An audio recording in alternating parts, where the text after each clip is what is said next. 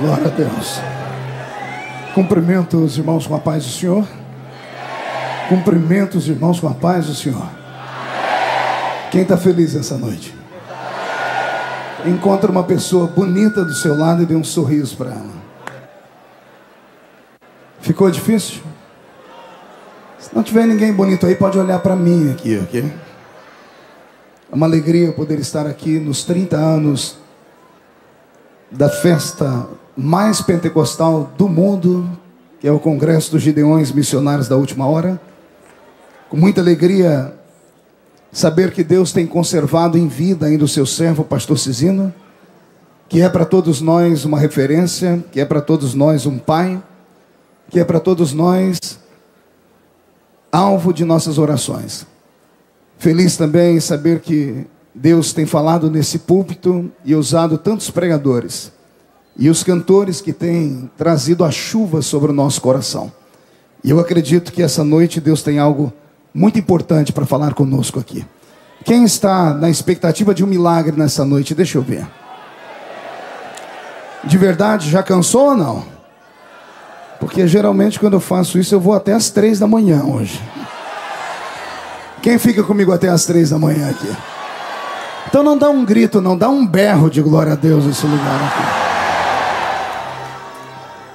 Glória a Deus. Se o pastor Cisino me permitir, eu quero mandar aqui um abraço para a igreja que eu sou presidente, que nesse momento estão todos assistindo, esparramados pelas cidades do interior de São Paulo. É a Igreja Evangélica Assembleia de Deus, Ministério Catedral do Avivamento, porque agora, além de pregador, também sou pastor de igreja, e as minhas ovelhas estão assistindo. A igreja está feliz com eles? Então diga assim: Deus abençoe vocês. Os que estão assentados, vamos ficar em pé, por favor. Tome-se sobre os seus pés e abram a Bíblia comigo na carta aos Hebreus, no capítulo de número 9. Carta aos Hebreus, no capítulo de número 9.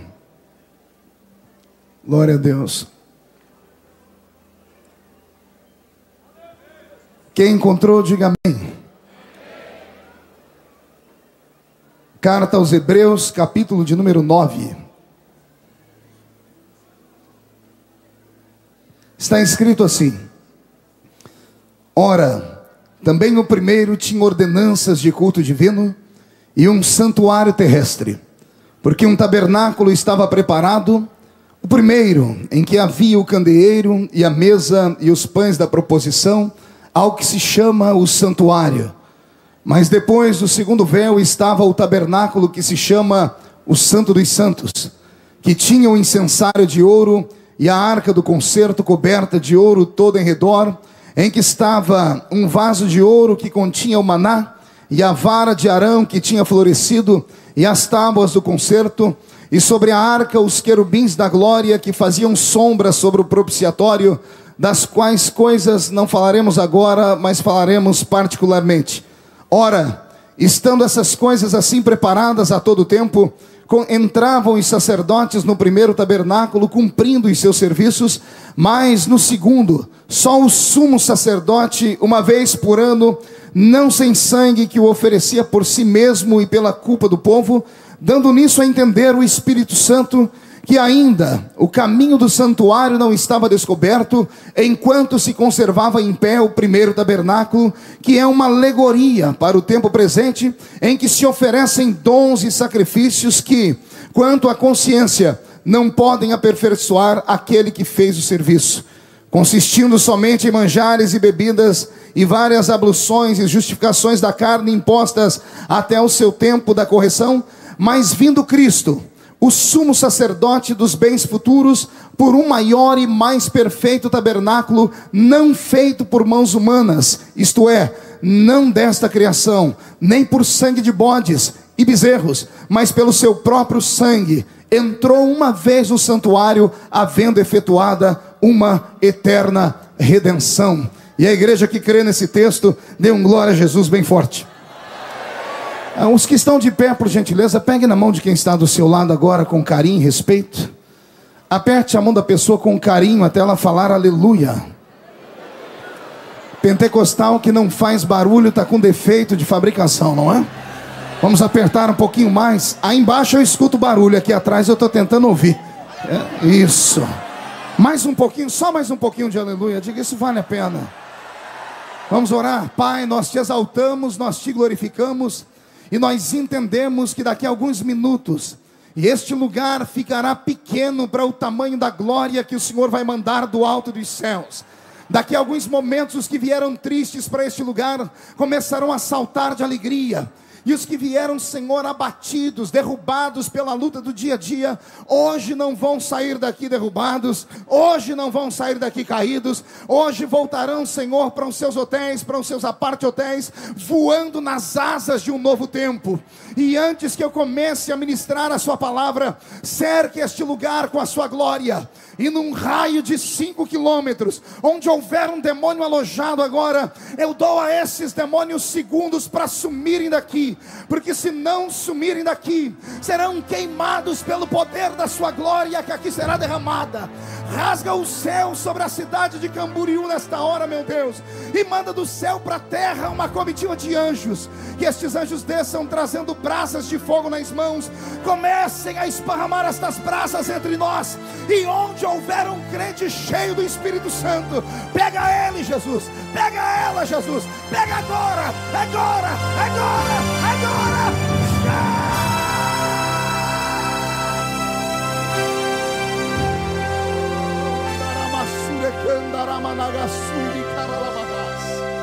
Fala conosco, fala profundamente ao nosso coração, Pai. É o que eu te peço em nome de Jesus. E a igreja que é soberana diz amém. Os que podem, tomem o seu assento, e os que não podem, permaneçam de pé comigo, glorificando a Jesus por tudo aquilo que Ele é, por tudo aquilo que Ele tem feito por nós. Só vou pedir a sonoplastia para melhorar um pouquinho aqui para mim o retorno. Eu acho que eu estou meio surdo. Só um pouquinho mais aqui de agudo. Eu vou dar um beijo em você depois. Muito obrigado. Querida igreja, noiva do Cordeiro, simpatizantes da nossa fé, amigos que vieram de perto, de longe, santos obreiros do Senhor que estão à minha retaguarda, pregadores, cantores, enfim, todos aqueles que vieram para comemorar esses 30 anos de Gideões missionários da última hora.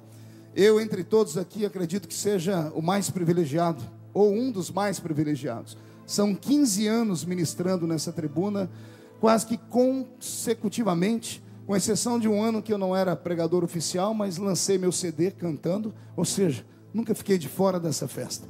E para mim é uma honra estar aqui. Um dia eu estava entre vocês e o Brasil todo conhece a minha história. Foi daí para cá.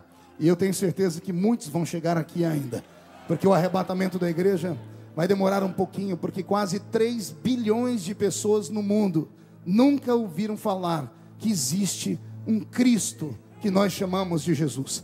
E nesta noite, a inspiração missionária que levou à construção dessa grande festa ainda vem a viver dentro dos nossos corações. E se houver entre vós alguém que tem uma chamada missionária, quer seja para que país for, acredite, Deus pode muito bem romper barreiras, atravessar situações, fazer de você aquilo que você jamais sonhou que Ele faria.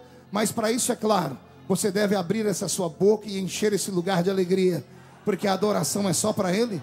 E quem mais grito manda para cima, mais chama a atenção dele lá de cima. E eu quero crer que Deus vai enxergar você aqui nesse lugar nesta noite. Todavia, o que Deus colocou em meu coração para pregar nesta noite é uma mensagem profunda, todavia muito simples, e eu gostaria da atenção de todos e a oração dos demais.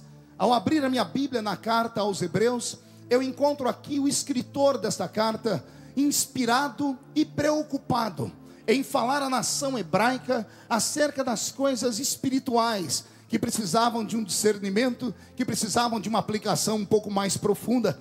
E o escritor, quando vai falar à nação hebraica, que agora está se cristianizando, ou seja, os judeus que haviam se convertido ao cristianismo e começam a receber as inspirações, parece que, para que os hebreus daquele tempo não tenham dúvida de que a salvação em Cristo era de fato um presente do céu, o escritor começa a trazer os objetos do velho pacto, começa a trazer as coisas sacras do Antigo Testamento, e mostrando àqueles hebreus daquele tempo que tudo o que estava no Novo era apenas um reflexo daquilo que aconteceria aqui no futuro.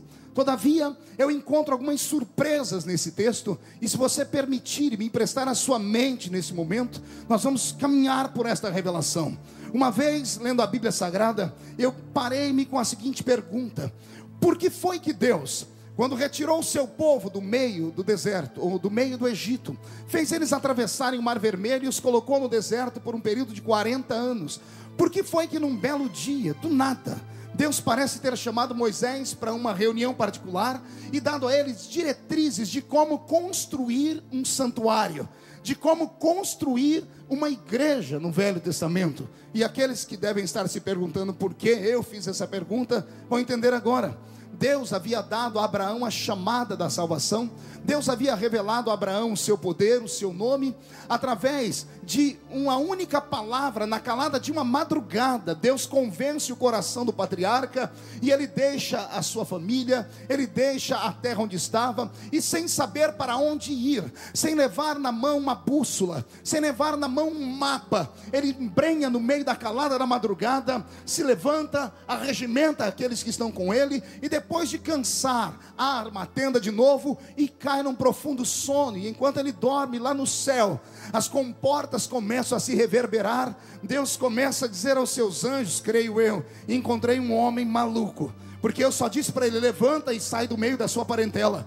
Eu não dei endereço, eu não falei se era para a esquerda, não falei se era para a direita, não falei se era para o vale, se era para o alto da montanha. E ele não me questionou, ele saiu às cegas. E um homem que acredita em mim às cegas vai ter sempre o benefício da minha bênção. Ou seja, eu vejo Deus olhando para Abraão e dizendo: eu só me apaixonei por ele porque ele é maluco, eu só me apaixonei por ele porque ele é doido, só me apaixonei por ele porque ele não parou para ouvir Sara, nem ouvir os seus amigos, nem os parentes dizendo: você vai sair sem saber para onde vai. E ele: eu sei que alguma voz vai me dirigir, alguma glória vai me conduzir, mas aqui eu não posso ficar. Eu começo esse sermão já para ver se esquentamos esse lugar, para dizer que o meu Deus tem dificuldades em lidar com pessoas que são perfeitinhas da sua cachola. Ou seja, Deus tem dificuldade em lidar com pessoas que são completamente intelectuais, que verossivelmente amam demais as letras e tem dificuldade em tramitar naquilo que nós chamamos de espírito. Essas pessoas que não gostam muito de revelações, que não gostam muito de barulho, de glória, de reteté de Jesus, eu dou um conselho para você, já que está tarde: vai para casa, vai para o seu hotel, dependendo da hora que você chegar lá, ainda dá tempo de assistir o Corujão. Se ficar comigo nesta noite, coruja você não vai ver, mas corre o risco de ver a pombinha do Espírito Santo voar sobre este lugar, porque aqui ainda é o palco do pentecostalismo do nosso país. E antes que eu continue a pregar, eu quero que você levante a mão direita para o céu comigo, com carinho e respeito. É nessa hora que eu começo a filtrar aqueles que vieram para ouvir, aqueles que vieram para sondar, aqueles que vieram só para murmurar. Ainda bem que a maioria veio para ouvir. Chacoalhe a mão, coloque no ombro de quem está do seu lado com carinho e respeito agora. Se a pessoa fez careta para você, eu te dou um conselho: tenta sair de perto dela, porque ela vai atrapalhar o seu culto. Mas se a pessoa já começou a ter uns stream leak, se já começou a tremer por inteiro, agarra ela de verdade, chacoalha ela até ela ficar irritada. Irrita ela, irrita. Diga: Deus te trouxe hoje aqui para isso. Eu não ouvi. Diga: Deus te trouxe hoje aqui para isso. Sacode. Diga: Deus te trouxe aqui para sacudir a sua fé, para sacudir a sua história, para sacudir o seu ministério. E se tem algum pentecostal daqueles aqui, não dá um grito, não dá mais um berro de glória a Deus. Aleluia, glória a Deus, glória a Deus, glória a Deus. Quando Deus encontra Abraão, Deus faz com ele um pacto, e nós sabemos que de Abraão vem Isaac, de Isaac vem Jacó, de Jacó vem os seus 12 filhos, e um dos seus filhos acaba sendo vendido. A velha história de José que todos conhecem de cor e salteado.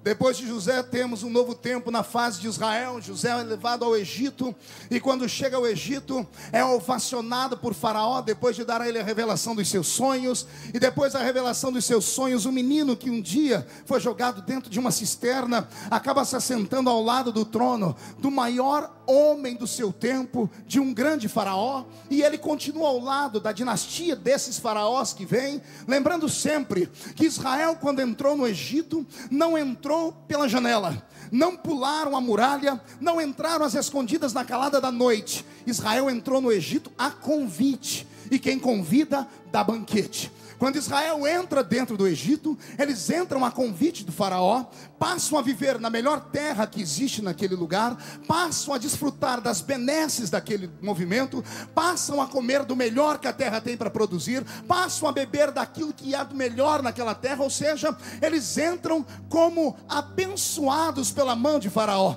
O problema é que nem todo ser humano consegue sustentar a sua palavra.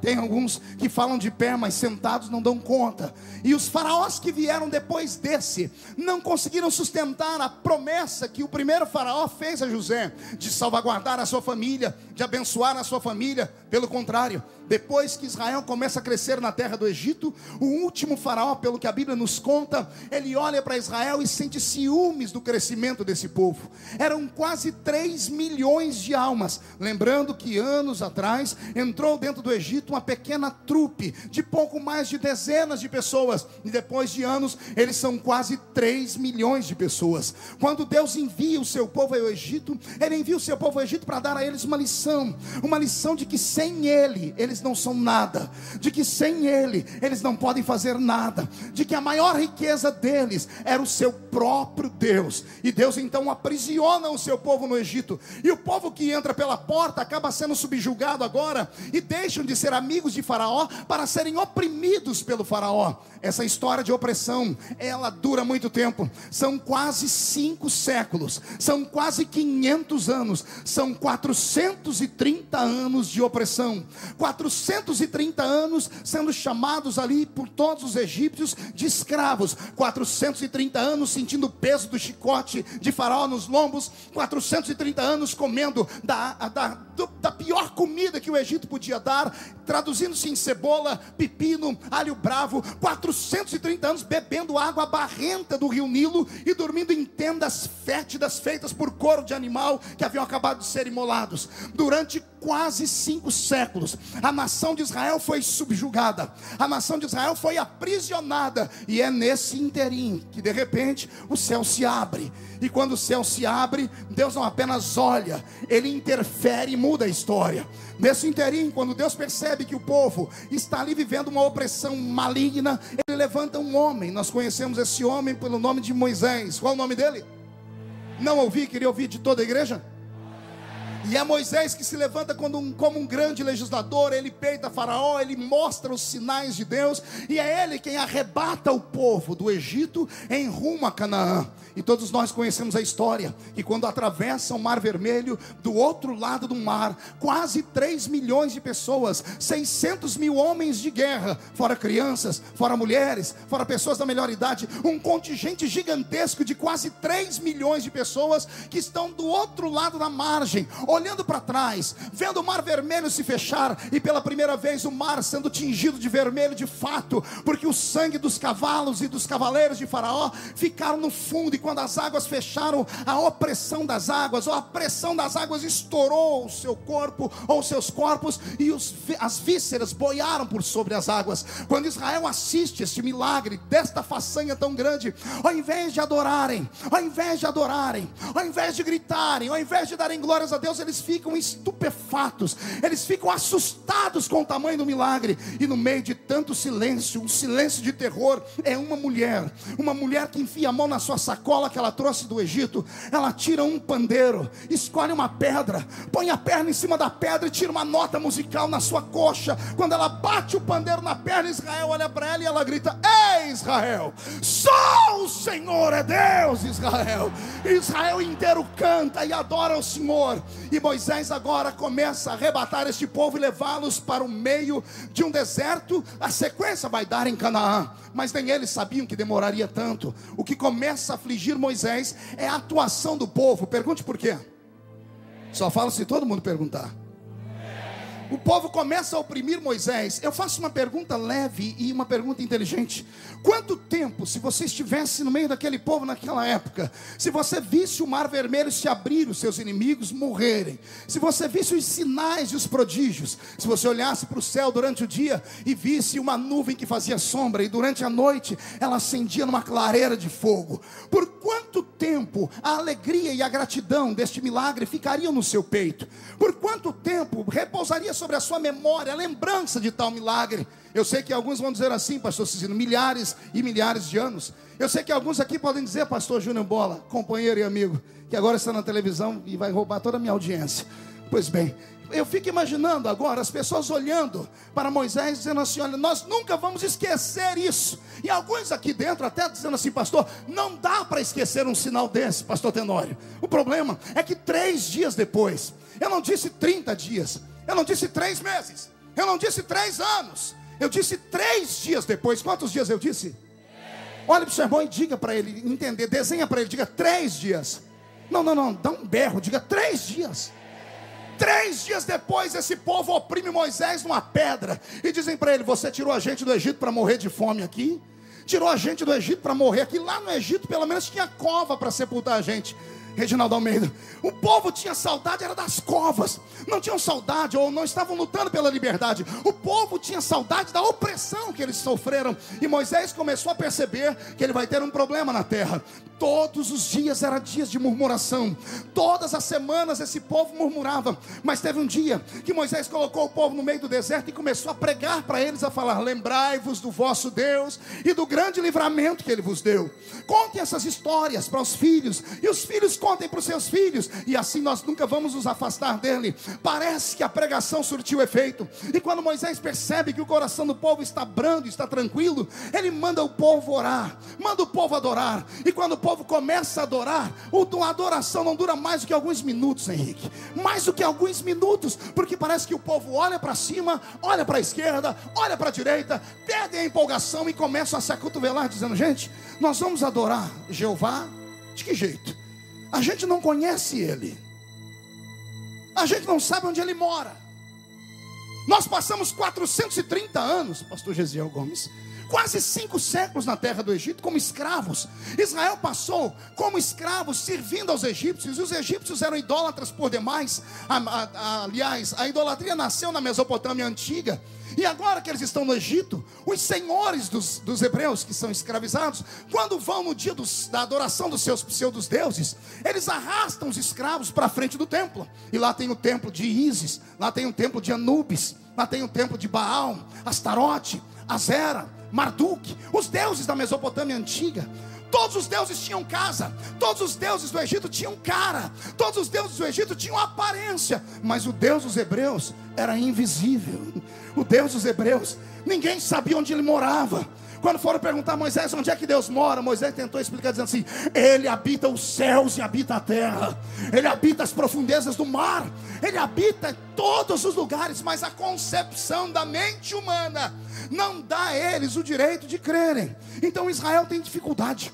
Todas as vezes que Moisés manda o povo adorar, uns viram para a esquerda, outros viram para a direita, outros olham para cima, alguns olham para baixo. Eles não conseguem adorar, porque o Deus deles não tem cara e não tem casa. Moisés marca uma audiência no céu, sobe o alto da montanha para falar com Deus. E lá no alto ele começa a dizer: Senhor, eu tenho dificuldade com o povo. Tudo que eu faço o povo não crê. E eu imagino Deus dizendo: onde você acha que está o problema? E Moisés deve ter dito: o problema é que todos os deuses do Egito têm cara, todos os deuses do Egito têm aparência e endereço. Se quiser escrever uma carta para ele, chega. Se quiserem passar na casa dele para dar um oi, ele vai falar um oi. Mas o Deus dos hebreus não tem casa, não tem cara, não tem jeito. Então Deus cria com Moisés uma porta de escape. E aqui eu começo a dizer que eu sou apaixonado por Deus, porque a misericórdia dele surpreende qualquer ser humano grato. Aliás, vale até dizer aqui que o nosso Deus, ele não manda recado de morte, não para nós aqui. Para nós ele manda só um recado de vida nesta noite. Avisa o povo que esta noite até quem entrou morto pode ressuscitar nesse lugar aqui. Quem compreende essa linguagem de misericórdia, dá só mais um grito de glória a Deus para empolgar o coração desse pregador. Depois de Deus e Moisés tecerem comentários, criarem situações, um dia Deus chama Moisés no alto da montanha e dá a ele diretrizes para que Moisés comece então a trazer o povo para perto de Deus em oração. Moisés passa 40 dias longe da terra, 40 dias longe da terra dos seus companheiros, 40 dias longe do povo que estava sempre com ele. E nesse período de 40 dias o povo surta. O povo, eles perdem a noção e a estribeira da sua alma e acabam procurando Arão, que era irmão de Moisés, pedindo a ele: nós queremos adorar, estamos no meio do deserto, mas nós não sabemos como adorar Arão. Eu imagino eles falando: você é sacerdote hoje, você sabe do que a gente está falando. Nós não conhecemos o nosso Deus pela aparência, nós não temos o endereço dele. Você pode nos ajudar? A opressão em cima de Arão foi tão grande, mas tão grande, que Arão junta com o povo um monte de despojo de ouro e confecciona para eles um Deus com D minúsculo. Arão faz para o povo adorar um bezerro. Arão faz o que, igreja? Um gato? Uma águia? Um cachorro? Eu fiz a propósito, porque esses 3 animais já eram adorados no Egito.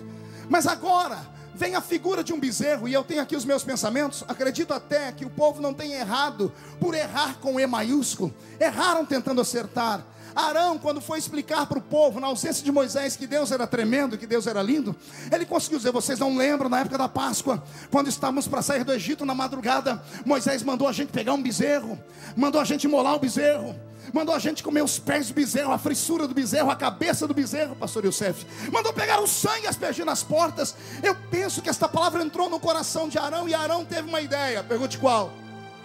Já sei como é o nosso Deus.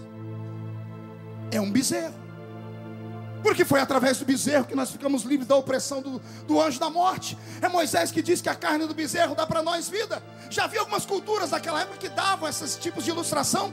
Então na hora eles confeccionam um bezerro de ouro.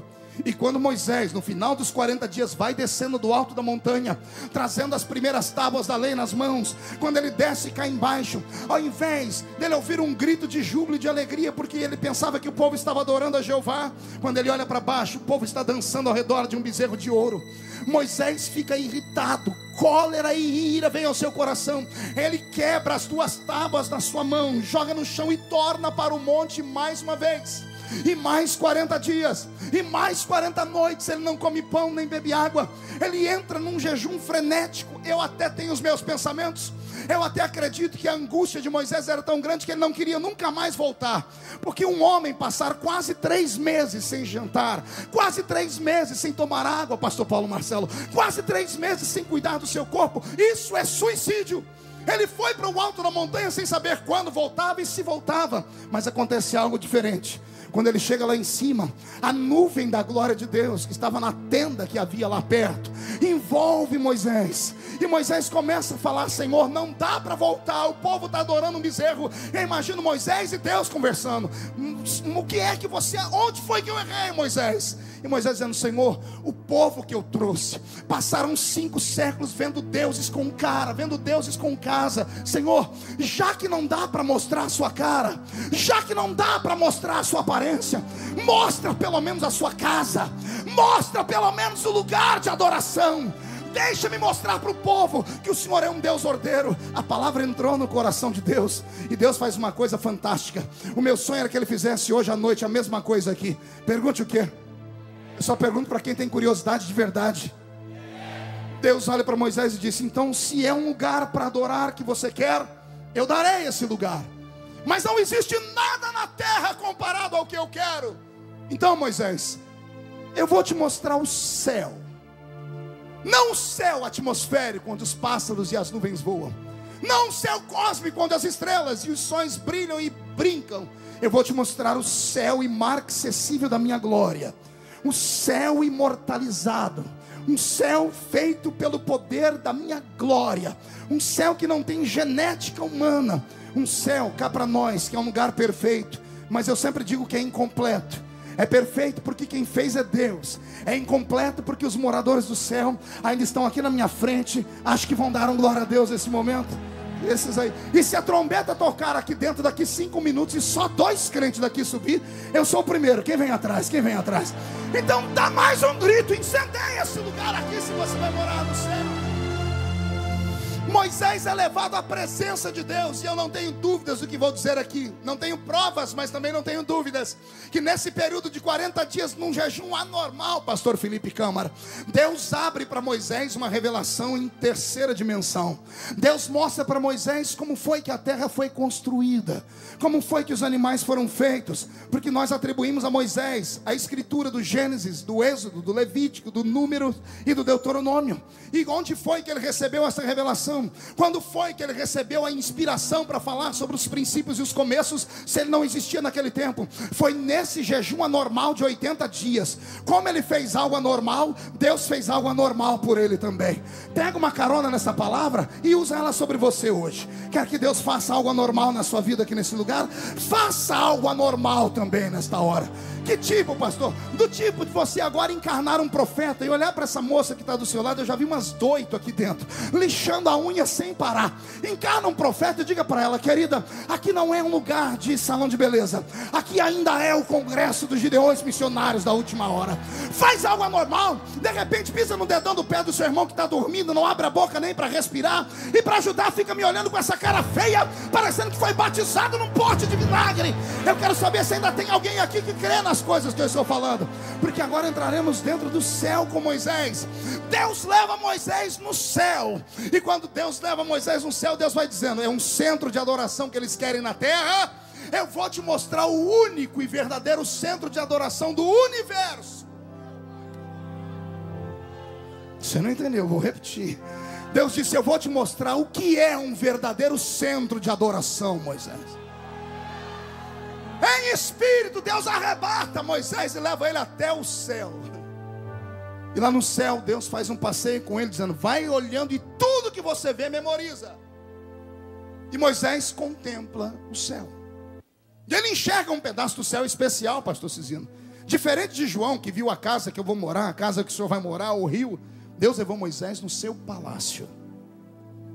E lá no seu palácio, Deus mostrou para Moisés o alpendre da entrada, pastor de Monsi. Deus mostrou para Moisés o átrio sagrado do céu. Deus mostrou para Moisés o lugar santo. E Deus mostrou para Moisés o santo dos santos. E se você acha que é mentira ou invenção minha, é só ler Hebreus capítulo 9.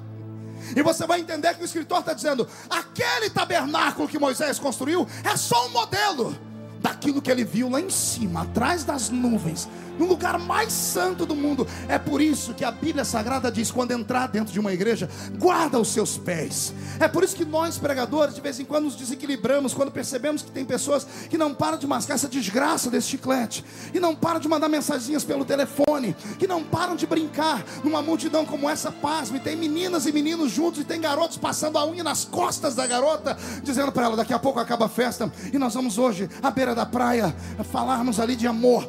Ah, senhoras e senhores, é por isso que às vezes encarna no profeta um João Batista, porque pelo menos nós sabemos que esse lugar não é comum. O lugar onde você está não é comum. Esse lugar aqui é menos comum ainda, pastor Júnior. Esse lugar aqui dá arrepios, faz a gente tremer, pastor Reuel Bernardino. Ah, se os crentes entendessem onde é que eles estão nesse momento. Deixa eu só te dar uma palhinha. A Bíblia Sagrada diz que aquele que teme ao Senhor tem como proteção um anjo da guarda. O anjo do Senhor acampa ao redor daquele que o teme e o livra do mal. Quem crê nessa máxima da Bíblia? Então, se você crê nessa máxima bíblica, imagine que para esta multidão de homens e mulheres que temos aqui, temos uma outra multidão de anjos que vieram para Camboriú também. É por isso que o diabo foi tirar umas férias lá dos quintos dos infernos. É por isso que milagres acontecem nesse lugar. É por isso, porque o céu e a terra estão misturados nesse lugar.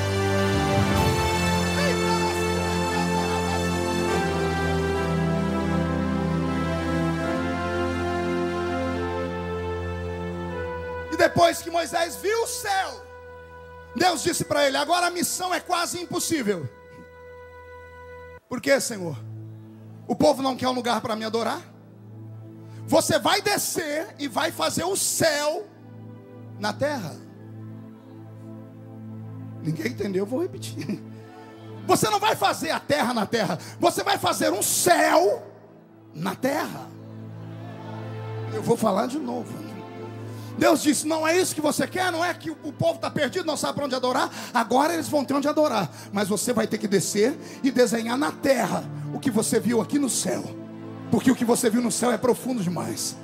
Moisés desce com o coração na mão, seu rosto vem brilhando.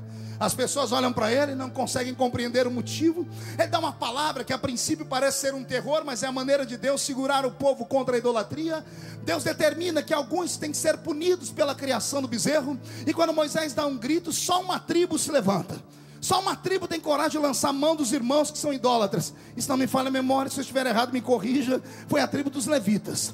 Os levitas se levantam e dizem: nós vamos matar esse povo que idolatra outro Deus. Eu imagino todo mundo dizendo: mas vocês vão matar seus irmãos? E eu posso imaginar eles gritando: irmãos nossos não adoram outro Deus. Irmãos nossos só podem adorar a um Deus. E um dia eu estava estudando as características dos levitas. Uma vez o pastor Gesiel Gomes pregou aqui sobre uma das tribos. Eu achei interessante a revelação que o Senhor trouxe, que tinha um que era um jumento. E eu fui estudar qual eram as características dos outros. A dos levitas eu dei gargalhada atrás de gargalhada. Tem um amigo meu aqui, o Dr. Bauer, que ele disse que quando a gente está muito feliz, a gente emenda uma gargalhada na outra. E eu dei muita risada, porque a tribo dos levitas não gostavam de pegar no pesado. A tribo dos levitas não gostavam de construir barco. A tribo dos levitas não gostavam de agricultura, ou seja, ir para a roça. A tribo dos levitas não gostavam de nada daquilo que os normais queriam. Eles só sabiam fazer duas coisas. Pergunte o quê? Só falo se perguntar de novo. Só sabiam cantar e dançar. Eram as únicas coisas. Até as espadas deles eles transformavam em instrumento para bater zabumba, para fazer coisas. Só sabiam dançar e cantar. E é por isso que eu estou aqui nessa noite. É por isso que Jesus só trouxe esses malucos aqui. Os que não são malucos não vêm para um lugar como esse. Os homens e mulheres que aqui estão sabem cantar, sabem dançar, sabem que a sua voz não é voz para homens, sabem que a sua voz não é voz para a terra. Não se envergonhem do Evangelho de Cristo, porque ele é o poder de Deus para a salvação de todo aquele que nele crê. E se tem algum gritador, por favor, só mais um grito, só mais um grito. Eu estou montando um quebra-cabeça, já já você vai ter a ideia do que eu estou desenhando. E agora que Moisés consegue colocar limite na idolatria que está no meio do povo, que está atravessando o deserto, ele começa então a construir o tabernáculo. Ao construir o tabernáculo, ele é preciso da intervenção divina para que alguns homens sejam ungidos para esse trabalho. Um deles é Aholiabe, que sabia trabalhar com ouro, com prata, com pedras preciosas. O tabernáculo, pelo que eu entendo da Bíblia normal, nos escritos, levou 9 meses para estar pelo menos de pé a sua planta. Mas foram quase 20 anos até o tabernáculo tomar forma e tomar modelo do céu de fato e de verdade. Eu fico imaginando como é que esse tabernáculo foi construído e, sinceramente, me dá um nó na cabeça. Aqueles que já leram o Velho Testamento vão ver Deus dizer assim: eu quero que no tabernáculo tenha pele de texugo. E eu queria saber onde é que eles arrumaram texugo no meio do deserto. O tabernáculo tem que ter também pele de golfinho. Eu queria saber como é que pescaram um golfinho para arrancar a pele dele. Tinha que ter madeiras que não existiam no meio do deserto, mas arrumaram a madeira. Eu aprendo com eles uma coisa linda que a gente usa no século 21. Quem pode, manda. E quem tem juízo? Não ouvi, quem pode, manda, e quem tem juízo? Olha para o seu irmão e diga: tem juízo? Então obedece. Só dá glórias a Deus nesse lugar e o milagre chega para você de verdade. Agora que tudo está indo de vento em popa, agora que Moisés tem na sua mente a construção do tabernáculo dividida em 4 partes. Na verdade nós aprendemos na nossa linda escola dominical 3 partes, mas há uma parte que está subscrita. Ela está como numa mensagem subliminar, que era o alpendre de entrada do santuário. Havia o alpendre, que era bem pequenininho, talvez por isso ninguém dava atenção a ele. Uma escadinha pequena, pastor Luiz Antônio. Depois, pastor Antônio, desculpa, chamei Luiz Antônio de coração. De repente, o povo enxerga o átrio, o lugar santo e o santo dos santos. 4 partes. Nós temos a porta de entrada, que está no átrio. Depois nós temos um lugar santo, onde estavam alguns equipamentos santos, que daqui a pouco eu vou falar, e o santo dos santos. Quando tudo está desenhado, quando tudo está pronto, vem a parte mais difícil de todas. Pergunte qual é? Só pergunto se todo mundo perguntar de verdade. Só responde se perguntarem. Era dar vida ao santuário. Porque tudo que Moisés viu foram coisas inanimadas. E as coisas inanimadas dá para ser desenhado e dá para ser copiado. Mas ele viu coisas lá em cima que não tem como ser matéria. Ele viu os anjos adorarem ao Senhor. Ele viu as criações do Eterno seres imateriais, seres etéreos e também eternos, seres invisíveis, feitos de, entre aspas, uma matéria que não dá nem para ser calculada. Nem a 13ª potência atômica pode chegar aos pés daquilo que Deus usou para construir os anjos, para fazer os anjos. E quando Moisés lembra que lá os anjos adoravam em todos os lugares, ele precisa levantar para o santuário adoradores. Ele precisa construir dentro dos homens o sentimento perfeito do que é a adoração. Amém até aqui, igreja? Quem acompanhou até aqui, dão glória a Deus. Agora que isso está pronto, Moisés é obrigado a escolher alguém para dar sequência ao santuário da adoração. E no meio de 12 tribos, ele não tem dificuldade em escolher uma. E a tribo que ele escolhe para cuidar desta parte consagrada, de adoração e de tudo mais, é exatamente a tribo que lançou mão da espada para matar os idólatras. A tribo da dança, a tribo do grito, que era a tribo dos levitas. Era a tribo dos... E agora todos os levitas eram especiais. Eram especiais porque foram marcados com uma promessa única. Você se lembra quando Josué entrou com o povo na terra prometida? Após dar ao povo as 11 tribos, cada um pedaço de terra, após dizer que Dan fica com o oeste, Naftali fica com o sudeste, após dizer que Rubem fica com o centro-oeste, enfim, Gade e todas as outras tribos, quando a terra está separada 100%, tem uma tribo que não tem herança. E esta tribo, ao invés de chorar, recebem a coisa mais linda que poderiam ouvir. Ouvem da boca de Josué dizendo: para os levitas a herança é diferente. Os levitas não herdam a terra, os levitas herdam o coração de Deus.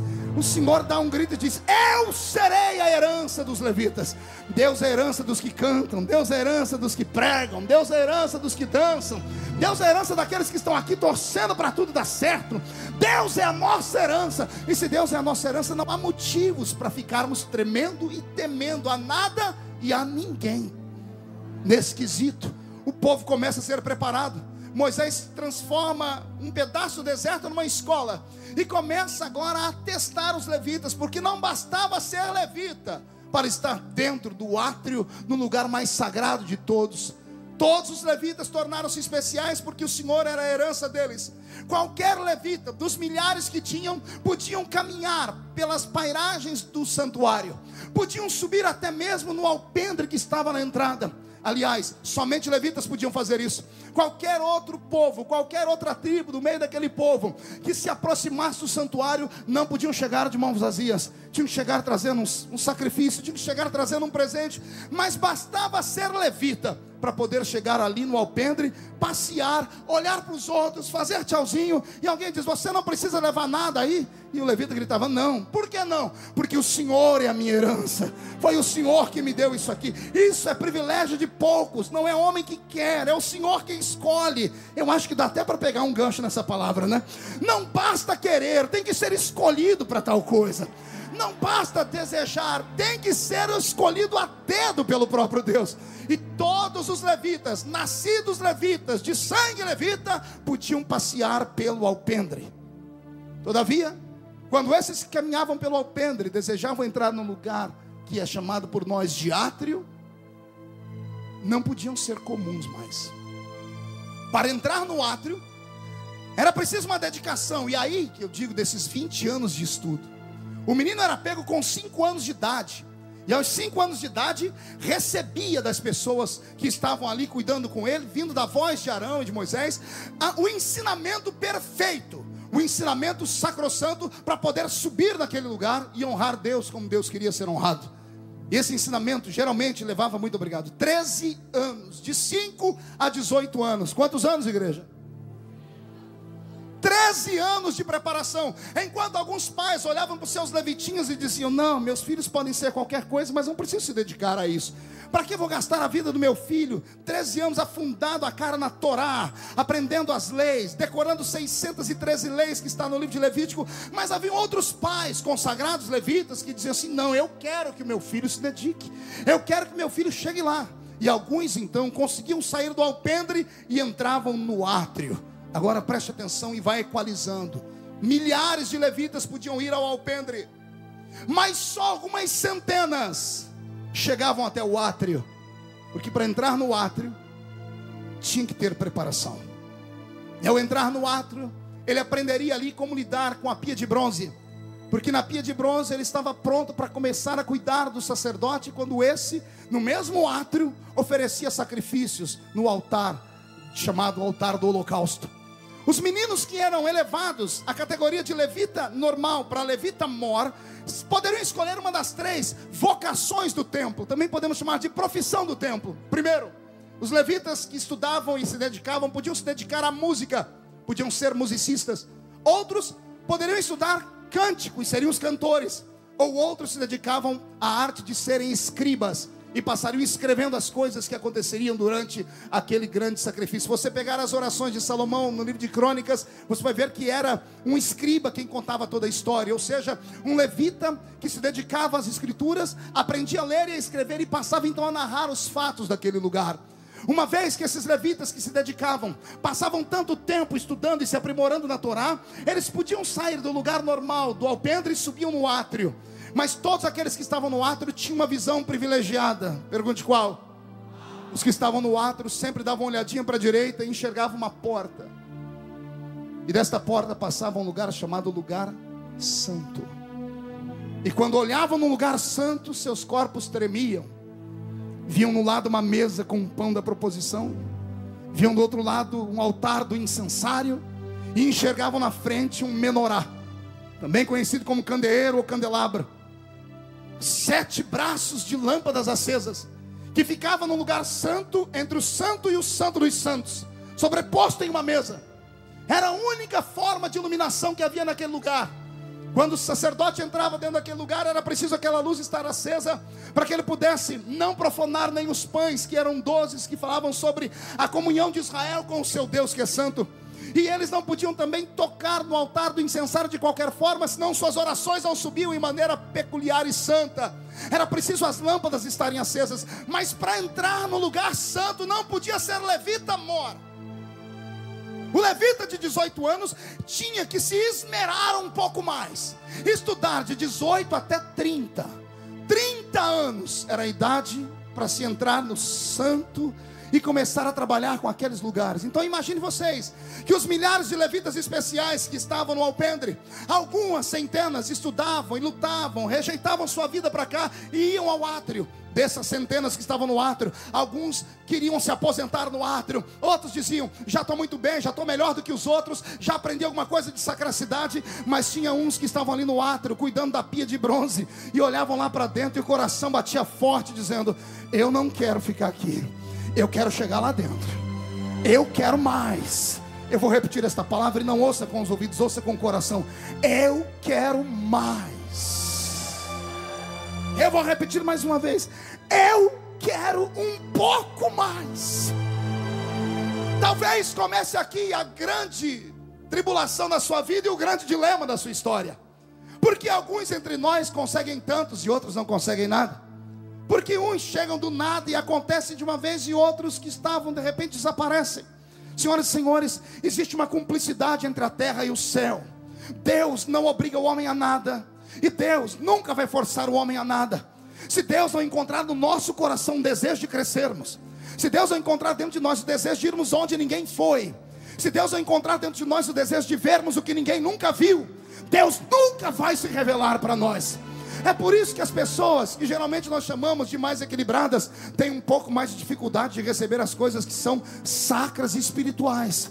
Geralmente as coisas espirituais são dadas àquele povo que geralmente, e digo de novo, geralmente, são chamados de loucos, desequilibrados, fanáticos. A maioria deles só tem 2 dentes na boca, é o zagueiro de um lado e o atacante do outro. A maioria é analfa de pai e beta de mãe. Mas quando começam a orar, quando começam a jejuar, quando começam a gritar, ou o céu desce onde eles estão, ou eles arrastam a terra até o céu. O povo para ter intimidade com Deus. E você pode até não concordar comigo, pode me chamar de gritador, pode me chamar de sensacionalista, mas contra fatos não há argumento. Deus se revela a homens e mulheres sensíveis, e os sensíveis não podem ficar apenas me olhando aqui com a mão no queixo, filosofando, olhando para cima, dizendo to be or not to be, that's the question. Aqueles que querem mais de Deus, não adianta ficar aí torcendo para não dar certo. Macumba evangélica não pega em mim, não pega em ninguém que está aqui. Está ali o pastor Uriel que conhece o céu pelo lado de dentro dele. Eu estou falando uma coisa, realidade aqui. Se você não acredita nessas coisas, querido, você está perdendo tempo aqui conosco. Aqui não é lugar para gente normal. Os normais têm que ficar em casa assistindo algumas coisinhas, comprando revista. Ah, pastor, a sua mensagem é pesada demais. Sabe por que eu não gosto de igreja pentecostal? Os pregadores gritam, o povo planta bananeira, o povo agarra o diabo pelo chifre, chuta a cara dele para o inferno. Eu quero, pastor, uma mensagem de autoajuda. Eu quero algo que me faça chorar. Eu quero algo que me faça balançar como uma palmeira ao vento, querido. Se você quer uma mensagem de autoajuda, não venha nesse congresso. Não vá nas igrejas dos companheiros que estão aqui. Se você quer uma mensagem que só massageie o seu coração para você chorar, não vá a igreja nenhuma. Fique em casa, pega a fita do Titanic e vai assistir. Aí quando Leonardo DiCaprio estiver morrendo com aquela boquinha azul, você tem um infarto e começa a chorar. Ai, que é uma emoção barata. Coloque no carro o CD do Zezé de Camargo e Luciano. Aqui não é lugar de emoção barata. Aqui é construído pela graça. Pela graça.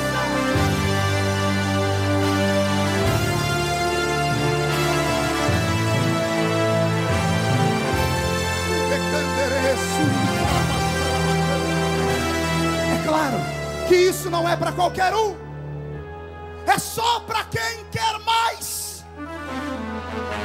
Será que tem alguém que quer mais aqui?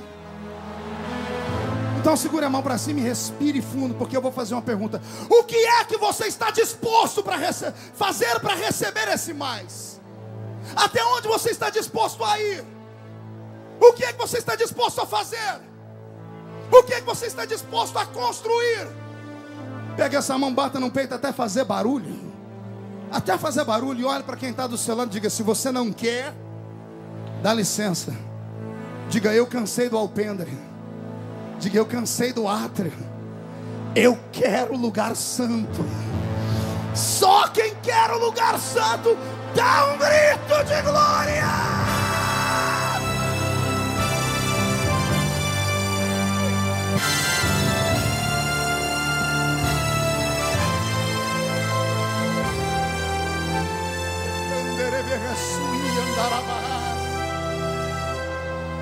O cidadão que estudava até 30, pastor Cizinho, no dia da formatura dele, pelo que eu entendi, pastor Gesiel e pastor Yosef, que são mestres aí da história dos hebreus, se eu falar alguma besteira, me corrija. Eles ganhavam um presente, pastor Júnior. Um trem chamado espevitadeira. Espevitadeira. Qual o nome, igreja? Levanta a mão direita para o céu, faz um carinho nas costas do irmão. Diga: vai doer só um pouquinho.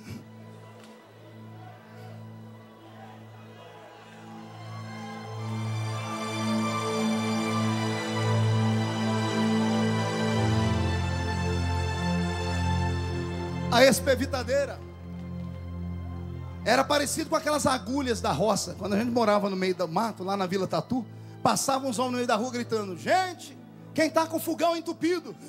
Agulha para desentupir fogão. E minha mãe ia correndo, porque lá em casa, pastor Joel Roder, caía óleo para tudo quanto é lado, entupia o fogareiro. Aí minha mãe comprava aquelas agulhas grandonas, pastor Gisele, enfiava nos buraquinhos lá daquele do fogareiro, e quando puxava, a borra saía. Aí o gás vazava e o fogo pegava. O sacerdote, no dia da diplomação dele, ele recebia uma espevitadeira. Oh glória, estou todo arrepiado. Parece que eu vou voltar ao menino da Vila Tatu de novo, quer ver? Ele arrumava uma espevitadeira e botava na cintura, nas costas. Todos os dias, de manhãzinha, quando ele ia para o santuário, depois de passar óleo na barba, depois de oferecer sacrifício por ele, depois de tomar um banho aqui na pia de bronze, ele entrava no santuário, ele não olhava à esquerda o altar do incensário, ele deixava de lado. Ele olhava o pão da proposição, alguns pães embolorando, ele deixava de lado. Ele ia em linha reta e chegava na frente do menorá. O menorá tinha 7 lâmpadas, mas por causa do frio da noite, às vezes as lâmpadas, pastor Reuel, elas ficavam endurecidas. O óleo criava uma borra e tapava as canaletas. Como tapava as canaletas, entupia-se e o fogo apagava. Eram 7 braços. E às vezes quando o sacerdote chegava, para desespero, tinha só uma lamparina acesa. E pensa no homem que tinha que trabalhar rápido. Tirava a espevitadeira daqui, com todo respeito, em oração, cavava dentro do segundo braço do menorá. E quando ele puxava para fora, a borra do óleo saía e o óleo vertia. E quando o óleo brincava aqui, o vento que estava de cá fazia com que o fogo daqui batesse aqui e o fogo acendia de novo. Agora já são 2, o desespero vai acabando. Ele vai na terceira, quando ele limpa, o fogo que estava na segunda pega na terceira. Vai na quarta, vai na quinta, vai na sexta. Na 7ª estava tudo iluminado, Júnior. Estava tudo pegando fogo de novo. Deus nessa noite quer levantar alguns sacerdotes aqui. Deus quer levantar, eu disse sacerdotes, não é meia boca, não é gente que não sabe falar ou viver o que fala. Eu estou dizendo que Deus quer levantar uma geração profética de sacerdotes que saibam usar a sua espevitadeira. E anda aqui abaixia toube nequiniriatia baceia. Canaletas entupidas.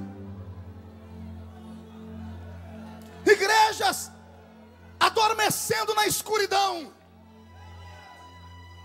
Ministérios vazios da graça e da glória.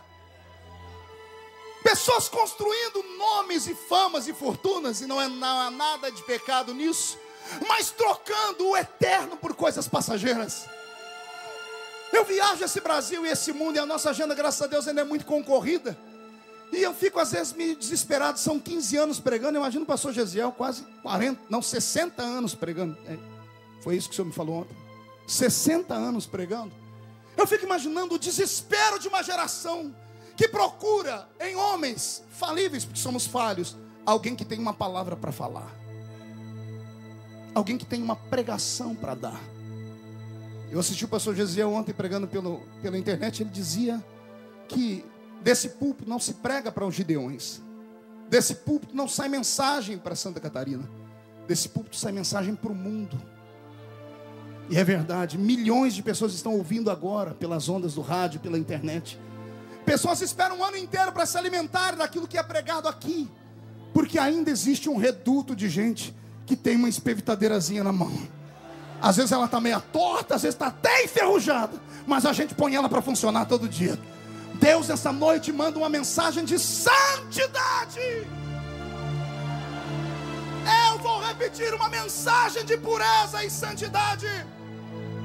E agora, com respeito e com licença, vou falar agora como um profeta, pregador, mas como parlamentar da nação brasileira. Me apavora chegar em Brasília toda terça-feira. Me apavora entrar dentro da Câmara dos Deputados desse país e saber como o diabo, como Satanás está infiltrado no governo brasileiro. E não é só no governo brasileiro, é no governo do mundo. Satanás tem levantado homens e mulheres e a igreja não tem se atinado a isso. Enquanto a igreja se preocupa com os seus redutos, enquanto os seus reis se preocupam com os seus pequenos reinos, enquanto crentes não saem mais para a rua para evangelizar, nem para fazer um culto ar livre, nem para falar de Jesus mais, Satanás levantou o seu ativismo nesse país. Senhoras e senhores, existe uma ação de Satanás contra a santidade da família brasileira. Existe dentro desse nosso governo, que é um governo de esquerda. Talvez vão cortar as minhas emendas, doutor Bauer, não fica apavorado não, eu sou profeta, eu estou deputado, mas eu sou pastor, e como pastor eu não posso deixar de falar. Se não houver uma mudança hoje na consciência da igreja, se não houver hoje uma mudança na consciência dos crentes que aqui estão, nós vamos afundar neste barco. Imagine vocês que mesmo a frente parlamentar evangélica, salvo alguns que são santos e puros, quando nós precisamos de um apoiamento para fazer alguma coisa que é a favor da família, nem deputados crentes têm coragem de assinar o papel. Eu fui prestar agora um serviço à nação brasileira, levantei um plebiscito. No plebiscito eu precisava do apoiamento de 1/3 da casa, sempre o deputado Reginaldo Almeida, para que os homens e mulheres assinassem mandassem dizendo que nós queremos ouvir do povo brasileiro sobre o casamento de homossexuais. Queremos saber se a nação brasileira, se a família brasileira aprova a união de 2 homens e de 2 mulheres que estão aí à torta e à direita defamando e destruindo aquilo que é sagrado e santo. Imagine vocês, a causa é boa, sim ou não? Você faria isso? Você assinaria esse papel, sim ou não? Pois eu encontrei gente que é da igreja, que tem o seu voto, na hora de assinar, falou, não posso assinar. Eu disse, por quê? É porque o anticristo está operando. Não tem o que fazer, Marco, é nadar contra a correnteza. Você vai morrer na praia, vão te chamar aqui de fanático, vão te chamar de desequilibrado, ninguém vai querer fazer um negocinho com você. Eu gritei, eu não estou aqui para fazer negócio. O meu negócio já foi feito na cruz do Calvário, o meu nome já está no céu.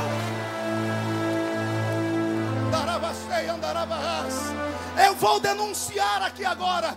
Senhoras e senhores, quem assistiu o programa do pastor Silas Malafaia sábado, sabe do que eu estou falando? O pastor Silas é um homem de coragem, um homem de fibra. Imagine aquele homem na televisão pedindo para que os pastores de outras denominações apoiem ele. Ele no desespero. Eu senti na sua palavra emoção dizendo, pastores, eu não sou sozinho nesta causa. Cadê os líderes das grandes denominações? Cadê os grandes homens para nos ajudar nessa causa? Por quê? Porque o ativismo gay, eu não estou falando de homossexuais. Os homossexuais precisam do nosso apoio na nossa oração. Aliás, a palavra gay já diz o que eles são, alegres. Então essas pessoas alegres levam tudo na brincadeira. Eles não são problema. O problema é o ativismo gay. O problema são pessoas que têm na sua cabeça um engendramento de Satanás. São homens e mulheres que usam dos mesmos mecanismos que Stalin usou no seu comunismo nazista, usam da mesma linguagem de Hitler. Os senhores e senhoras sabiam que Hitler criou uma frase que se tornou conhecida no mundo inteiro, dizendo que uma mentira contada várias vezes, com muita ênfase, ela se torna verdade. Isso é engendramento de Satanás. Eles não brigam por causa de expressão, não falam que tem o direito de expressão, mas só eles têm. Fale qualquer coisa deles para você ver. Tem um arranhão num braço deles, você no dia seguinte está estampada a sua cara na televisão. Nos chamam de homofóbicos, nos chamam de ditadores, nos chamam de fundamentalista e pior, dizem que nós incitamos ao ódio, ou seja, amordaçaram a nossa boca. Você nunca parou para perguntar, eu nunca ouvi alguém dizendo, gente, nunca vi em tanta história tantos gays assim. De onde é que saiu tantos gays assim? Eu te explico de onde é que saíram. Nos últimos 20 anos, o ativismo gay conseguiu travar a boca da igreja. Não a igreja evangélica apenas, a igreja católica tem que ser chamada para essa responsabilidade também. Os nossos professores têm que ser chamados para essa responsabilidade também. Tirar o ensino religioso das escolas. Hoje em dia você ouve alguém falar da AIDS? Alguém ouve alguém falar da AIDS? A AIDS acabou por acaso? Não. Só no ano passado 30% de pessoas a mais do que o ano anterior foram acometidas de AIDS. E por que ninguém fala? Porque o governo não toca no assunto. Porque a AIDS é uma doença gay. A AIDS é uma doença que veio desse povo. Mas se você falar, vai colocar eles numa situação constrangedora e eles não vão conseguir verba, não vão conseguir ninguém. Sabe o que eles usam contra nós? Eles usam moral. Eles levantam contra um pastor e dizem assim, você é homofóbico, você é a pior parte, você é racista, você é isso e aquilo. E sabe o que a igreja faz? A igreja se acovarda, a igreja se engrunvinha, ela se amorta num cantinho. O pastor está lá no púlpito pregando, adultério aqui não, cabelo aqui não, mas deixa os nossos filhos nas nossas escolas aprendendo essa desgraça, essa miséria. A igreja precisa se levantar. A igreja precisa acompanhar política. Você precisa entrar na internet. Deixa eu mandar um recado aqui. Você que passa o dia todo na internet,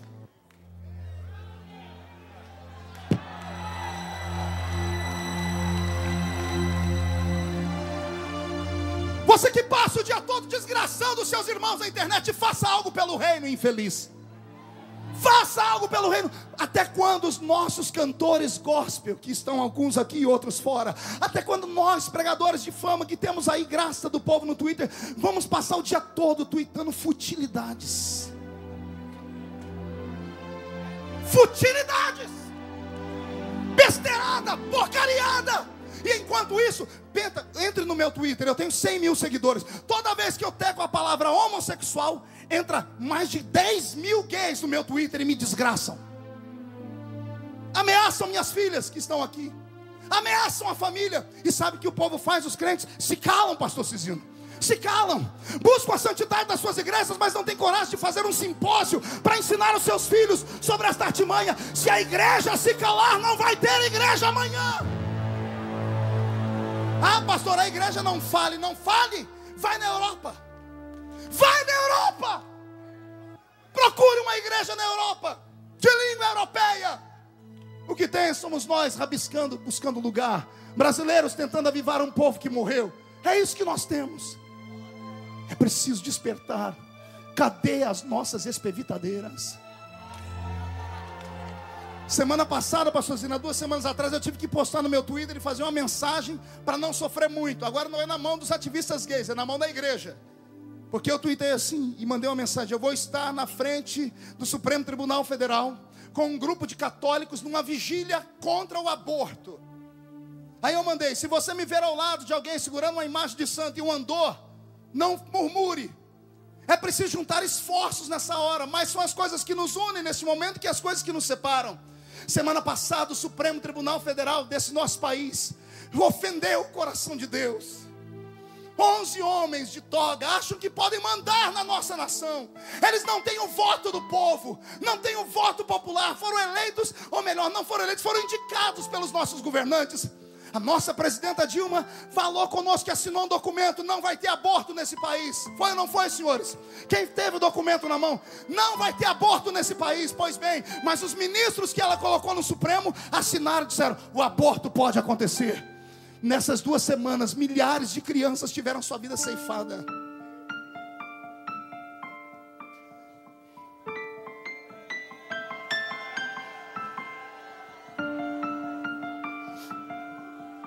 Crianças que não têm como se defender.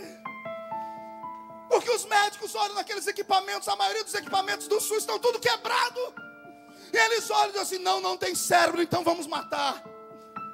Semana passada o ministro da Saúde do Brasil equipou 65 hospitais, preparando eles para o aborto. E decretou que até o fim do ano mais 30 hospitais serão construídos para abortar crianças. Por que tanta celeridade no assunto? Por que tanta pressa no assunto? Para impressionar a ONU? Para impressionar um grupo que quer limitar o número de pessoas que vão nascer? Eles peitam o cristianismo, eles debocham na nossa cara e vomitam em cima de nós. E a igreja pouco faz ou nada faz. Pastor, mas o senhor sozinho não vai dar conta. Eu termino esse momento da palavra só contando uma história. Mandaram para mim, eu chorei quando vi essa história. Uma floresta era incendiada e o fogo expulsava todos os grandes animais da floresta. E de repente, no sentido contrário, vem um beija-flor, pastor Cizino, com uma gotinha de água no bico. E quando ele passa por um elefante, o elefante para e grita: onde você vai? Ele diz: eu vou apagar o fogo. E o elefante diz: você é louco, você vai morrer. Essa gotinha de água não faz nada, some daqui. Ele diz assim: eu, seu elefante, pelo menos estou tentando. E o senhor o que está fazendo? Nesta noite Deus vai colocar na sua mão uma espevitadeira. Nós vamos desentupir esta porra que oprime a igreja. A igreja vai ser militante, a igreja vai ser atuante. O diabo vai pular miúdo. Vamos agarrar o diabo pelo chifre, esfregar a cara dele no chão. É hora de se levantar.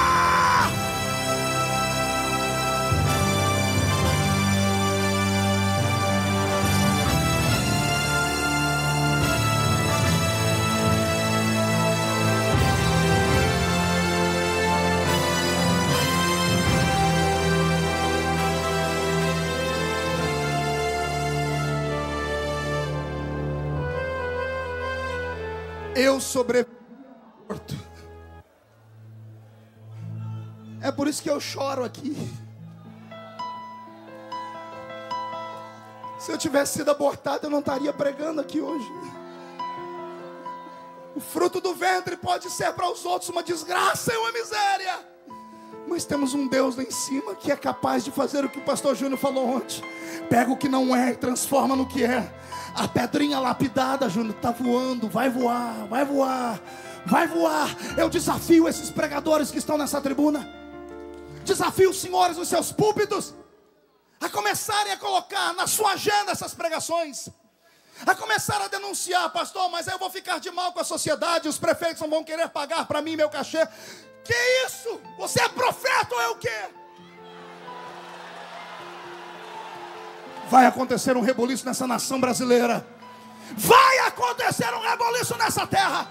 Vamos viver para ver o dia em que os crentes vão vir para o culto. E quem sabe nos Gideões de alguns anos, os crentes com radinho de pilha ligado, só para ouvir a voz do Brasil, que hoje ninguém escuta porque tem raiva da política. Mas vai chegar um dia que o povo vai ter orgulho. Vamos ouvir um jornalista falar com a palavra: Sua Excelência é o presidente da República Federativa do Brasil. E o presidente do Brasil vai começar o discurso dele dizendo: eu cumprimento os compatriotas brasileiros com a paz do Senhor. Só quem crê nisso recebe, recebe, recebe, recebe, recebe, recebe. Deixa Deus te pegar.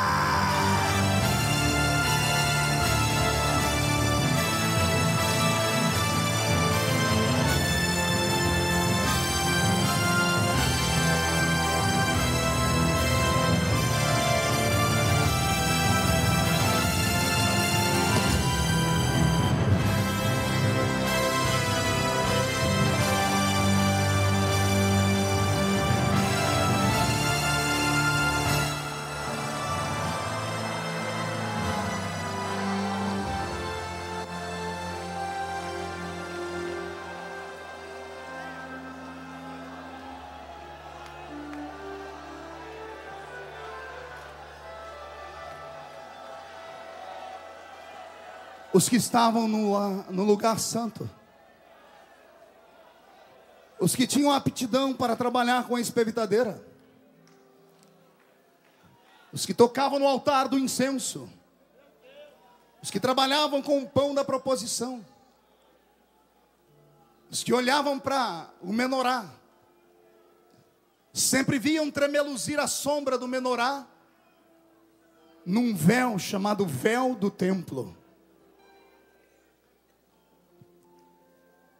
Todos os sacerdotes e levitas sabiam que atrás daquele lugar estava o ponto de encontro de Deus com o homem.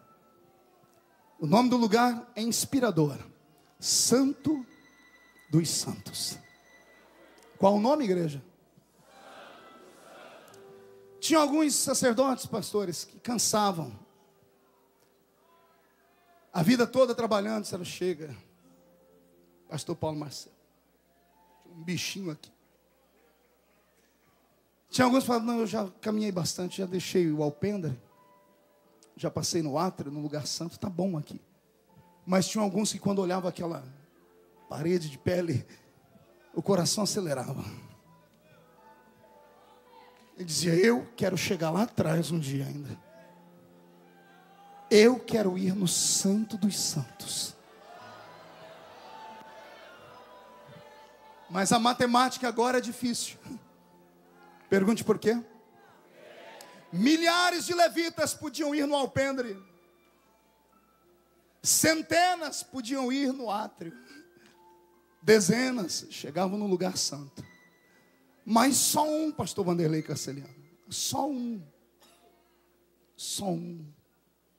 chegava no Santo dos Santos. Só um. E esse tinha que ter pelo menos 45 anos de idade. Ou seja, 15 anos labutando ali dentro do lugar santo. Tirado os outros 13 anos lutando no átrio. Era a vida inteira deixada para trás para seguir a sua ideologia, seu sonho. E aos 45 anos, um homem era eleito por Deus.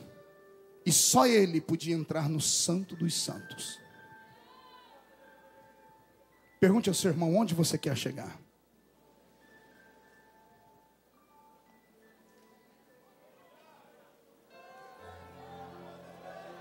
Onde os senhores querem chegar? Onde os senhores querem chegar?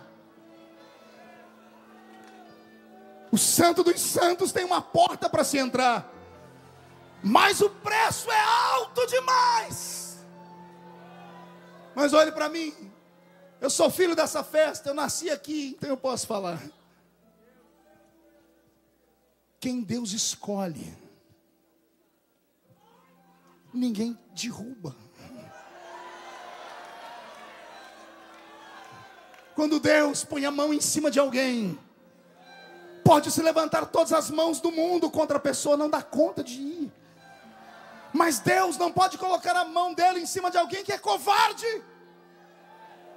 Deus não tocará a mão dele em cima de alguém que não tem estrutura para suportar as pedradas que vai levar. O que não custa nada não vale nada. Eu venho gritando isso há anos nessa tribuna. O que não custa nada não vale nada. Não adianta ter só intelecto.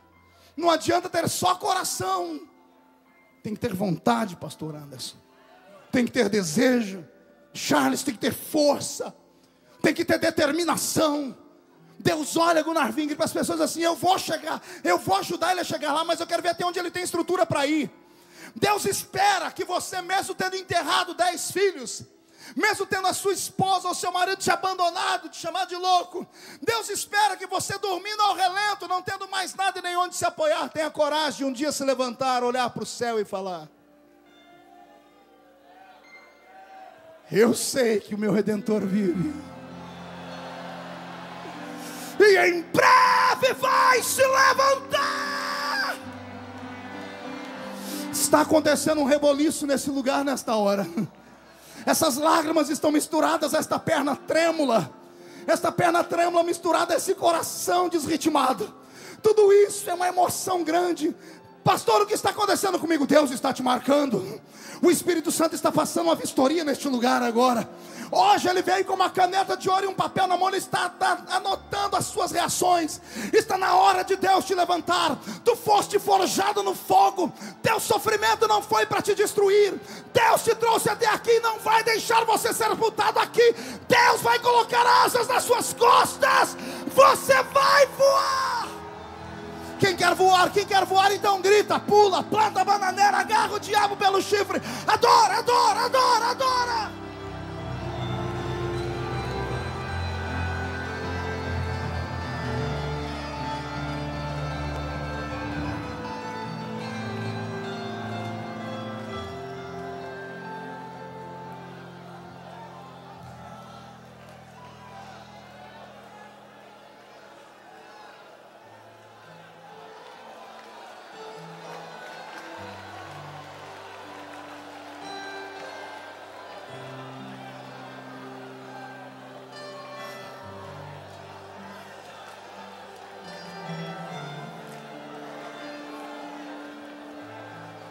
No meio dessa história toda,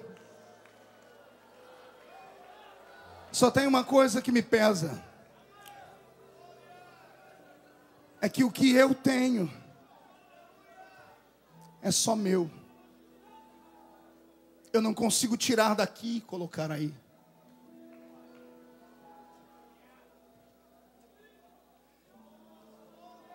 Não tem como repassar, pastor Gesiel. O Senhor nos inspirou. Mas o que está aí dentro do Senhor não chega aqui. Deus deu só para o Senhor. Eu tenho que buscar a minha parte.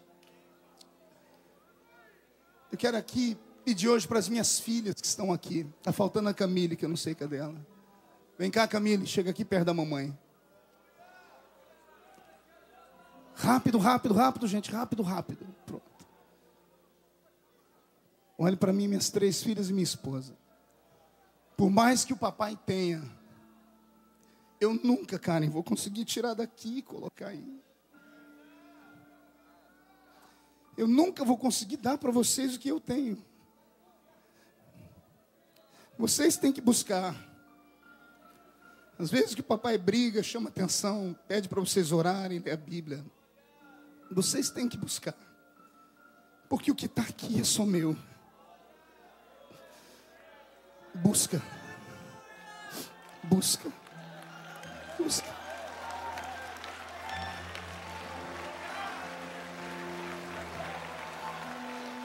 Busca.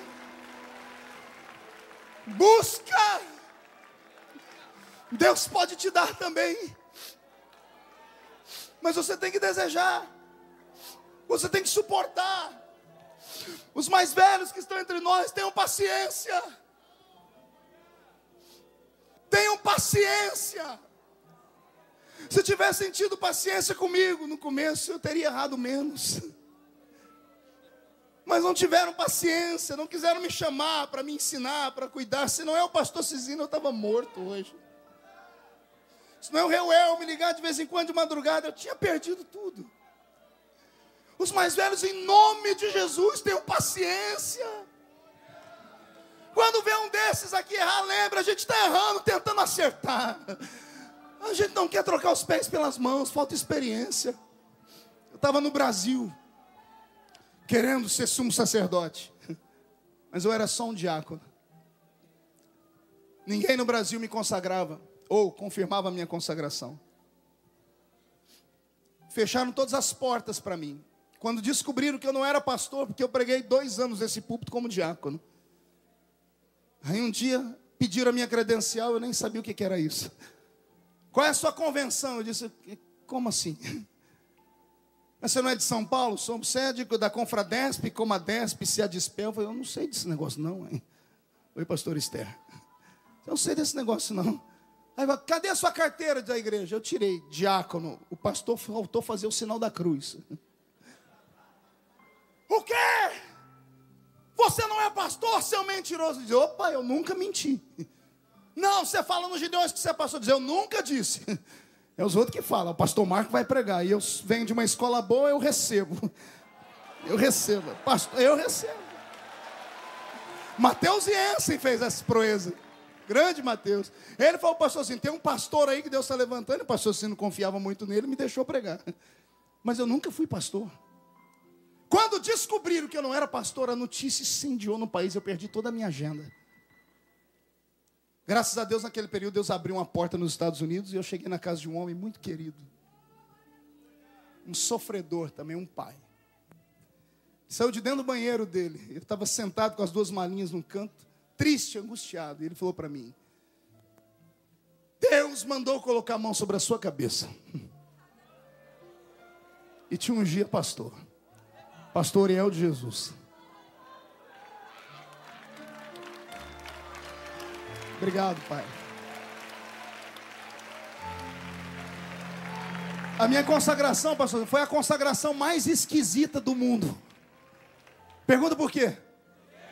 Eu estava pregando em Boston, já me falaram que eu era pastor. Aí eu contei para o pastor Ariel a minha história, depois que foi que Deus mandou ele me ajudar, e eu contei, eu não sou pastor. Ele falou, agora nós temos um problema. Eu já te anunciei como pastor, mas você não é consagrado. Você voltar para o Brasil assim, vão te matar. Então vamos fazer o seguinte, vai ter um culto de obreiro, eu vou receber uns e consagrar outros. E quando eu falar seu nome, ninguém vai saber se eu estou te consagrando. Estava no mesmo dia do que? Aí o Alexandre foi consagrado junto comigo naquele dia. Se não me fala a memória, o pastor Gesiel foi recebido nesse mesmo dia. E eu ajoelhei do lado dele. E o povo achou, pastor Marco está sendo recebido. Nada, eu estava sendo consagrado. Fizeram comigo aquilo que já botaram uma mão na cabeça de um e a outra trançada na minha cabeça. Obrigado, pastor Ariel. Obrigado. Obrigado. Obrigado. Ei, se você não acreditar em você, ninguém vai acreditar. Se você não acreditar que há dentro de você uma chamada, algo que te impele a crescer, você nunca irá a lugar nenhum. Se você parar diante do primeiro obstáculo, o Senhor vai rejeitar a sua chamada. Não murmure, não xingue, não tripudie, mas levanta e vai. Se não der para ir correndo, vai andando. Se não der para ir andando, vá se arrastando. Se não der para ir se arrastando, deita no chão e bate perna e mão e grita, eu quero! Deus vai vir sobre você, vai fazer uma cirurgia nas suas costas, vai colocar um par de asas. Eu quero ver quem é que vai te prender. Deus está te levantando na unção de um sumo sacerdote. Deus está te levantando para ver coisas inefáveis. Deus está te levantando para você fazer coisas extraordinárias. Quem crê? Quem crê? Então pega, põe dentro do coração, extravasa. Faz essa cadeira ficar pequena. Faz esse lugar ficar pequeno. Deixa Deus te pegar.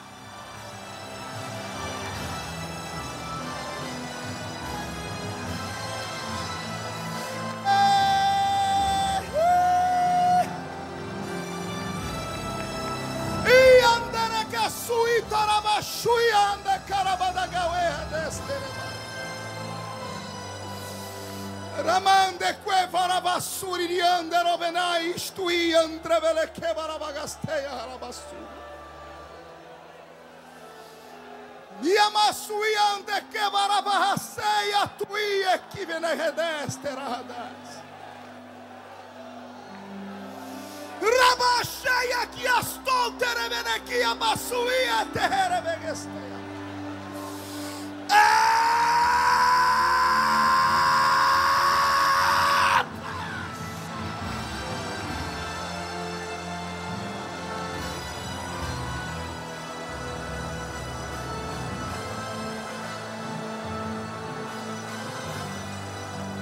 Vai, sai do alpendre, entra no átrio.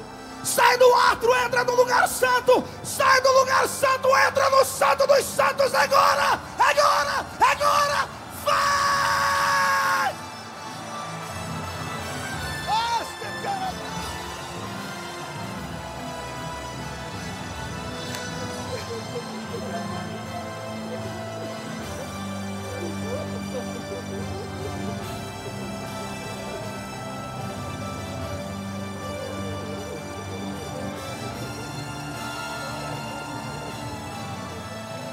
Nosso tempo é tempo de se levantar. Chega, chega. O diabo já ladrou como um pitbull, mas não passa de um vira-lata. É hora do Senhor colocar sapato de fogo nos seus pés. Onde estão os pentecostais loucos? Onde estão os pentecostais do movimento? Agora, agora, agora. Sai da terra, sai da terra, sai da terra, sai da terra. Vai, vai, vai, vai, vai, vai.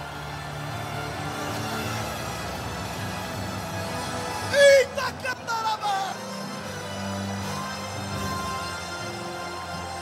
Pastor Eduardo Silva, vem cá, filha. Eduardo Silva, cadê o meu paletó?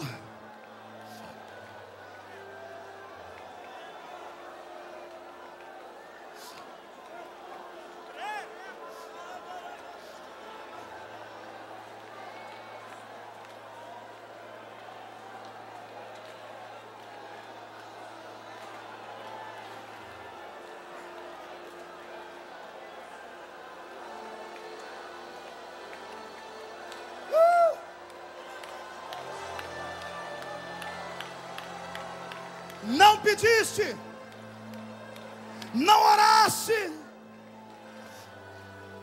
não falaste comigo sobre esta unção, não se colocaste na brecha dizendo eu quero e não vou ter medo.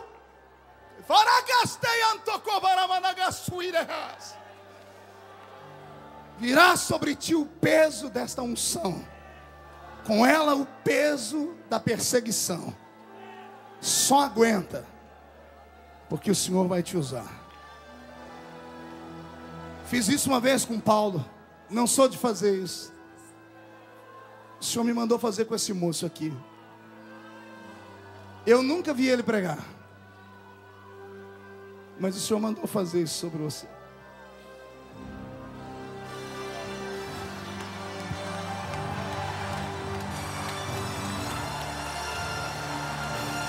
Esse púlpito ainda é um púlpito profético. E aqueles que querem, recebam. Meus Deus, tem pessoas pedindo para voltar para Jesus aqui, pastor Cizino. Há um movimento nesse lugar. Pega a sua parte. Pega a sua parte. Pega a sua parte. Pega.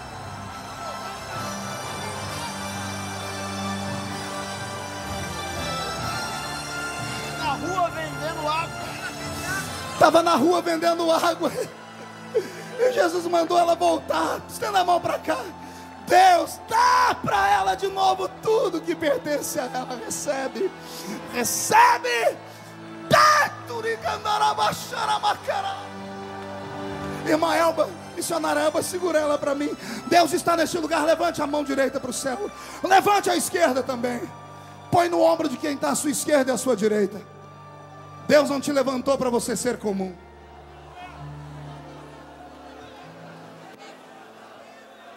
Deus não te levantou para você se curvar diante de outro Deus.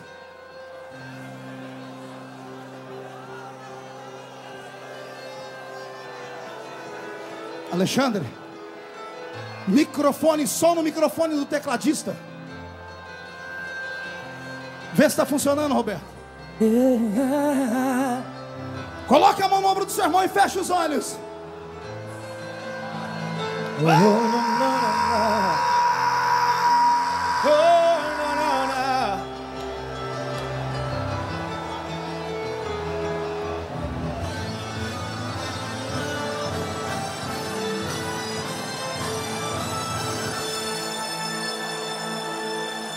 Feche os olhos. Deus de Israel, eu sei, eu não vim pra esse mundo pra adorar outro rei.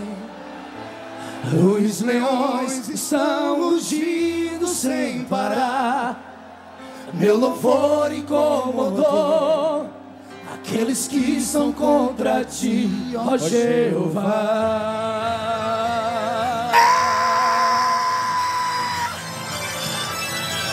Nada pode me ver calar o louvor do meu coração.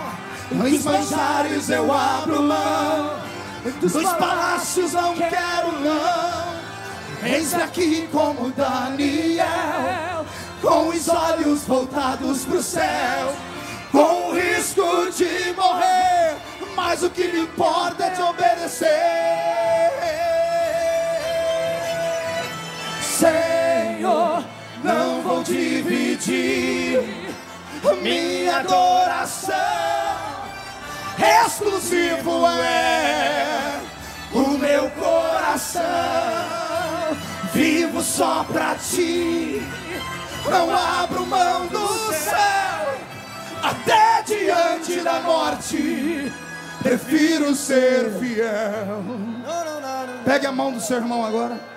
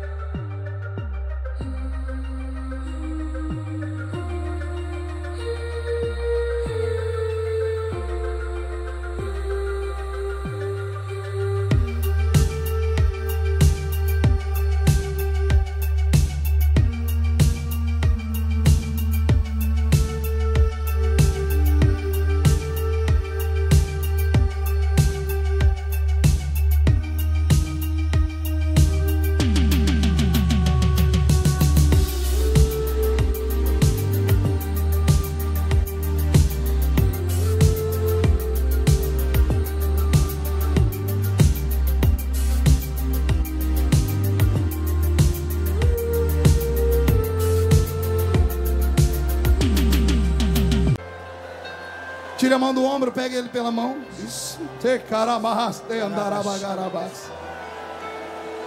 E candorovas, tu irra marabadachara.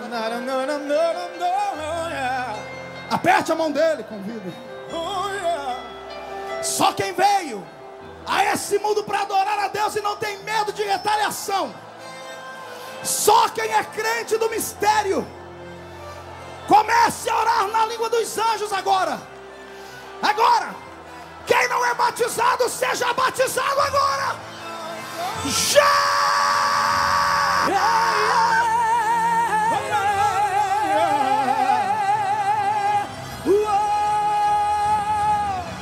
Senhor, não vou dividir minha adoração, exclusivo é o meu coração. Vivo só pra ti, não abro mão do céu, mesmo diante da morte, prefiro ser fiel. Puxa a barriga, estufe o peito, fecha os olhos. Eu vou te contar o meu segredo. Cada ano eu conto um. O meu segredo é que Jesus arrancou de mim todo o medo que eu tinha. Se você não perder o medo, o diabo vai te engolir. Mas nesta noite nós vamos profetizar a derrota do espírito do medo. Nós vamos recitar o Salmo 91. O salmo que faz os diabos e os demônios ficarem no lugar deles. 1000 ao seu lado, 10.000 à sua direita, mas você não pode ser atingido. Nós vamos recitar e eu quero você marchando como um soldado. Será que você consegue? 3, 2, 1, vamos lá, timoneiro. Aquele que habita no esconderijo do Altíssimo, a sombra do Onipotente descansará. Direi do Senhor, Ele é o meu Deus, meu refúgio, minha fortaleza. Ele me livra do laço do passarinheiro e da peste perniciosa. Ele me cobre com suas penas e debaixo de suas asas estarei seguro. Eu não temo espanto noturno, nem seta que voe de dia, peste que ande na escuridão, nem mortandade que assole ao meio-dia. Não importa quantos caiam do meu lado, direita, esquerda, eu estou protegido. Se eu for fiel, eu moverei o céu. Ele envia anjos para me guardar. Senhor, não vou dividir minha adoração. Exclusivo é o meu coração. Vivo só pra ti, não abro mão do céu. Mesmo diante da morte, prefiro ser Senhor. Só a igreja.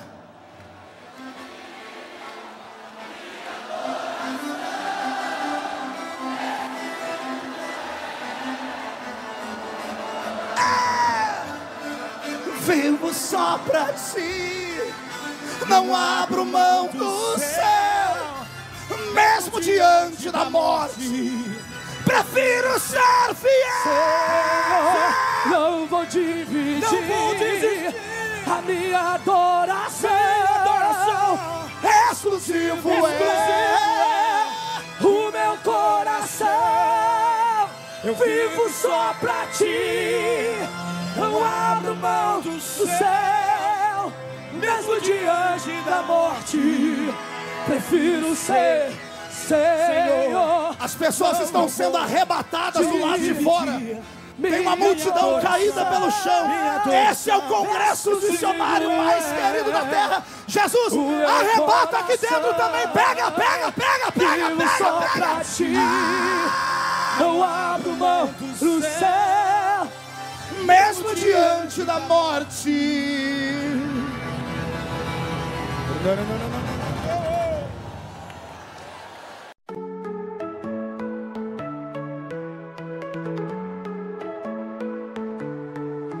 In the quiet of the autumn night, a gentle breeze whispers its delight.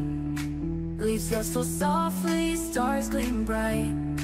In your arms everything feels right. Moonlight paints our shine.